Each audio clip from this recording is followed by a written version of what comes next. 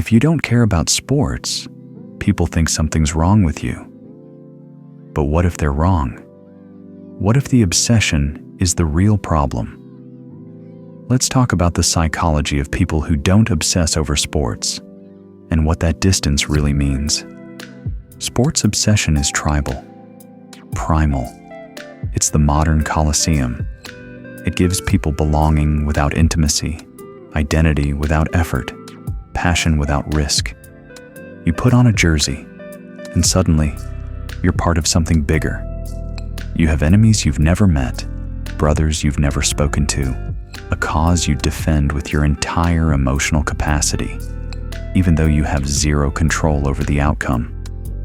But the people who don't obsess have disconnected from that need, and that disconnect tells you everything. Here's the truth most won't say out loud. People who don't obsess over sports tend to fall into a few psychological categories. Not all of them, but enough to form a pattern. First, the emotionally guarded. These are individuals who learned early that emotional investment leads to disappointment. Maybe they grew up in unstable homes. Maybe they watched their father rage over a game, saw their mother tiptoe around his mood for days after a loss. They learned that caring too much about things you can't control is dangerous, so they don't. They protect themselves. They keep their emotional energy close, reserved, controlled. Sports is chaos. It's surrendering your mood to strangers. It's handing your weekend, your week, sometimes your entire sense of self-worth, to a group of millionaires who don't know you exist. And these people won't do it, not because they're cold, but because they're careful. Second, the intellectually isolated, not arrogant, not superior, just disconnected from mass emotion. They see the frenzy, and they don't understand it, or worse, they do understand it, and it disturbs them, because they recognize what it really is. Distraction, displacement, a socially acceptable way to express rage, grief, joy, and loyalty without ever addressing the real sources of those feelings. They watch grown men cry over a football game and think, when's the last time you cried over your marriage, your kids, your health? They're not judging, they're observing. And what they observe is a culture that pours energy into symbols while ignoring the substance of their own lives. Third, the self-directed. These are people whose identity isn't borrowed, it's built. They don't need a team to feel like they belong to something. They have work, hobbies, passions they've created, not inherited. They're not against sports. They're just indifferent because their sense of purpose doesn't require external validation. They don't need the roar of a crowd, real or imagined, to feel alive. And here's where it gets uncomfortable. Most people do need that. Most people don't have a strong enough internal identity to survive without something external to cling to. Religion, politics, sports, fandoms, brands. They need to feel part of a movement, a tribe, a side. The people who don't obsess over sports have either built that internally or rejected the need for it entirely, and both paths require a level of self-awareness most people never reach. Now let's talk about what this looks like in real life, because this isn't theory, this is pattern recognition. In families, you'll see the father who lives and dies by his team's performance. His mood controls the household. Everyone tiptoes, everyone adjusts. And then there's the son, the daughter, the spouse, quiet, detached, watching him unravel over something that doesn't matter. And they make a decision. I'm never going to let something like that control me. So they don't. They grow up. They move out. And when you invite them to watch the game, they politely decline. Not because they hate sports, but because they hate what sports did to someone they loved. In friendships, you'll notice the person who doesn't participate in the Monday morning debriefs, doesn't join the fantasy league, doesn't wear the gear. At first, people try to pull them in. Come on, man, just pick a team. It's fun. But they won't, because they've seen what happens when people tie their self-worth to wins and losses.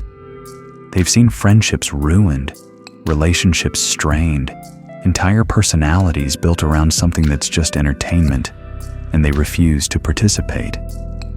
In society, you'll find the people who question why billions are spent on stadiums while schools crumble, why athletes are worshipped while teachers are forgotten, why entire cities shut down for a game, but can't come together for anything else. They're not bitter. They're bewildered because they see the inconsistency, the misplaced priorities, the manufactured emotion, and they quietly step back. Now here's the warning. Not all of these people are healthy. Some aren't indifferent. They're superior. They look down on sports fans. They mock the passion.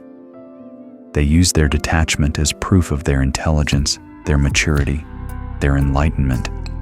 And that's just ego. That's not self-awareness. That's insecurity dressed up as intellectualism. Because here's the reality. Sports aren't the problem. Obsession is. You can enjoy sports without losing yourself. You can be passionate without being consumed. You can care about a game without letting it dictate your emotional stability. The people who don't obsess, the healthy ones anyway, aren't anti-sports, they're anti-dependency. They've learned to enjoy things without needing them, to engage without surrendering, to participate without letting participation define them. And that's a rare skill.